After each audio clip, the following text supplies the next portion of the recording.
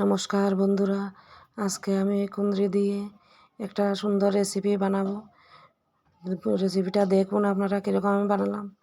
প্রথমে কুঁদরিটাকে সুন্দর করে আমি ধুয়ে কেটে নিলাম। তারপরে কড়াই গরম করে কড়াইয়ের মধ্যে প্রথমে কুঁদরি হালকা তেল দিয়ে কুঁদরিগুলো ছেড়ে দিলাম। তারপরে একটু হলুদ আর লবণ দিয়ে হালকা লবণ দিয়ে ফ্রাই করবো এখন। তারপরে এখানে দেখো পেঁয়াজ আদা রসুন পেস্ট করলাম, আর এখানে টমেটো পেস্ট।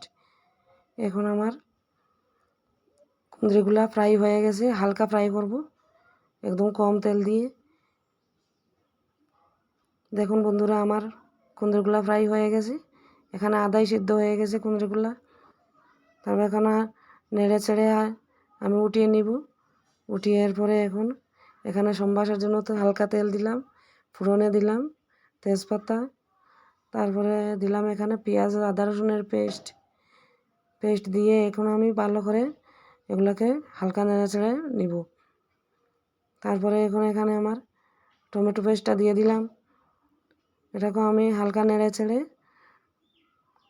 এখানের মধ্যে আমি মশলা দিয়ে দিব পেস্টের মধ্যে। দেখুন বন্ধুরা, আমি হালকা নেড়ে চেড়ে নিলাম। এখন আমি দিলাম এখানের মধ্যে হলুদ আগেও আমি দিয়েছিলাম ফ্রাই করতে সময়। তারপরে এখানে আমি দিলাম লঙ্কার গুঁড়োটা আপনারা যে যেরকম খান ওই অনুমানেই দিবেন। তারপরে দিলাম ধনিয়া পাউডার 2 চামচ। এরপরে দিলাম গরম মশলার গুঁড়া। গরম মশলা গুঁড়াটা দেওয়া হয়ে গেছে। এখন আমি ভালো করে মশলাটাকে কষাবো, হালকা জল দিব, দিয়ে মশলাটাকে ভালো করে কষাবো যতক্ষণ পর্যন্ত তেল না ছেড়ে দেয়। মশলা থেকে আমার তেল ছেড়ে গেছে। এখন এখানে আমি ফ্রাই করা কুঁদরিগুলোকে দিয়ে দিব।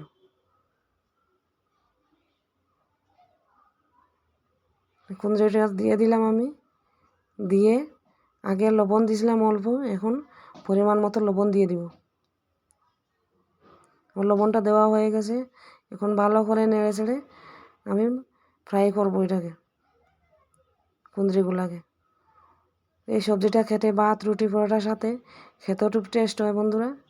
এখন আমি পরিমাণ মতো জল দিয়ে দিব। আপনারা কে কীরকম খান আমাকে কমেন্টে জানাবেন বন্ধুরা। আর রেসিপিটা ভালো লাগলে লাইক শেয়ার করুন, সাবস্ক্রাইব করুন। ভালো থাকুন। তারপরে এখানে আমি দিলাম লাস্টে কস্তুরি মেথি দিয়ে হালকা নেড়ে চেড়ে এখন কুঁদরিগুলাকে আমি নামিয়ে নেব। এখন আমার সবজিটা হয়ে গেছে বন্ধুরা, দেখুন কি সুন্দর লাগছে।